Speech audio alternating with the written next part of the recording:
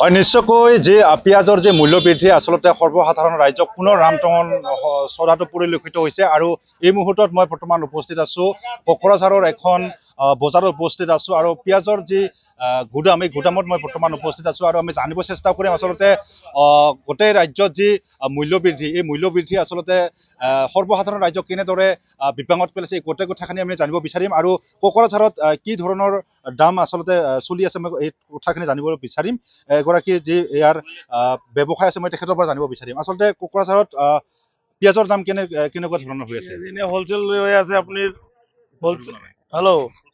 wholesale আপনি হলো 46 আর 48 retail বিক্রি হয়ে আছে 50 আর 55 রিটেল বোকা পিঁয়াজৰ দামটো কেনেকুৱা দাম হলো কম বোকা পিঁয়াজৰ কি বগাটো আপনি হেৰে হোলসেল চলে আছে 46 আৰ হলো ৰঙাটো হলো 48 এইটো আপোনালোকে হোলসেল দি আছে আৰু যিখিনি পাইকাৰী হিচাপত বেচায় তেখেতসকলৰ কেনেকুৱা দাম হৈ চলি আছে এই তো পাইকারি হোলসেল বেচে আছে আমি আমার লগত 46 আর 48 নহয় যিখিনি খুচুৰা ব্যৱসায়ী 50 55 বেচে আছে 50-55 বিক্ৰী কৰি আছে না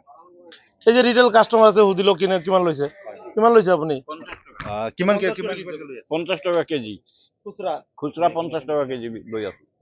ইফালে কিমান খুচুৰা কিমানকে বিক্ৰী কৰি আছে আমি তো কিনি লওঁ আমি কিনা মানুহ হয় হয় 50 টাকা কেজি কিনিলো এতিয়া 10 কেজি আপুনি মানে গ্ৰাহক কাৰবাৰী কৰা দোকান এই যিটো দাম বৃদ্ধি হৈছে পিঁয়াজৰ যি দাম বৃদ্ধি কেনেকুৱা ধৰণৰ অসুবিধাৰ সন্মুখীন হৈছে আপোনালোক এতিয়া আমি কি ক'ম আমিতো কিনি লোৱা মানুহ আমিতো এইবোৰ হেৰি কৰিব নোৱাৰো সিহঁতৰ দোকানদাৰ যিমান খোজে ইমানেই দিব লাগে ব্যৱসায় আছে মই তেখেতৰ পৰা জানিব চেষ্টা কৰিম হয় যিবিলাক বেপাৰী আছে এইবিলাক আপোনাৰ 50 টাকা বিক্ৰী কৰি আছে হা আৰ বাহিৰত যিবিলাক যাই আছে ভাড়া দিয়া 60 টাকা বিক্ৰী কৰি আছে বাহিৰত ভাড়া লাগে আৰু ইয়াত আপনি এক প্যাকেট মাল নিলে নাহলে 2-2.5 কেজি 3-4 কেজি বাইর হয়ে যায় খারাপ বাইর হয় ওই কারণে আপনার বাহিৰত যিবিলাক যায় এইবিলাক 60 টাকা বিক্ৰী কৰিব লাগে ভাড়া যায় মানে কথা বহুত অসুবিধাৰ সন্মুখীন হৈ আছে অসুবিধা হৈ আছে গৰিব মানুহ কি কৰিব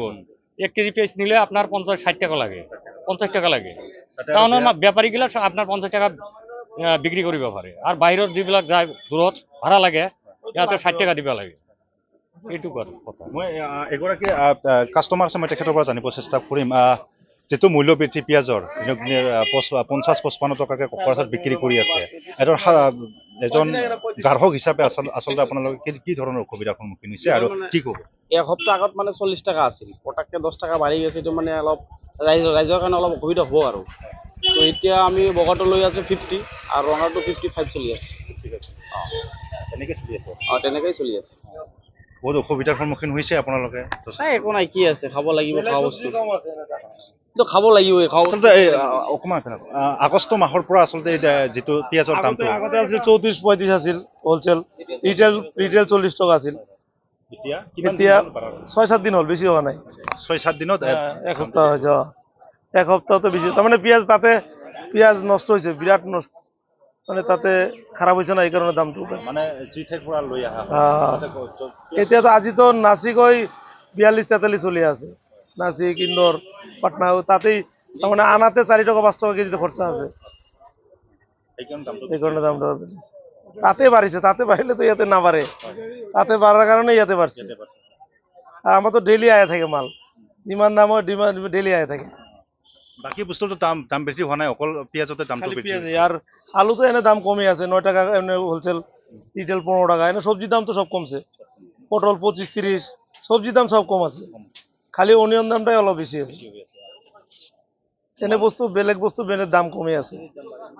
বা কমাটো সম্ভাৱনা আছে না অনিয়নটো কমিব নতুন পিঁয়াজ এটা ওলাব মোটামুটি 1 মহিনা বাদ এটো কমিব অলপ 1-1.5 মাহ লাগিব মালবিলাক ক'ৰ পৰা লৈ এই তোমাৰ কামাখ্যাগুৰি 12 শিলিগুৰি ইয়াৰ পৰা তাতে পিঁয়াজবিলাক নষ্ট হোৱাৰ কাৰণে দামটো অসমত বৃদ্ধি হৈছে অলপ বাঢ়ছে হয় এনেদৰে আচলতে যি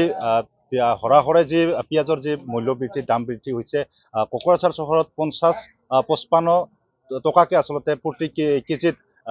বিক্ৰী কৰিব লগা হৈছে আৰু খুচুৰা বিক্ৰী আচলতে যিখিনি খুচুৰা ব্যৱসায় আছে তেখেতসকলে 50-55 টকাত বিক্ৰী কৰি থকা বুলি ইতিমধ্যে আমাক যি বিক্ৰেতাসকল আছে তেখেতসকলে জানিবলৈ দিছে আৰু যি সাধাৰণ ৰাইজ আছে তেখেতসকলে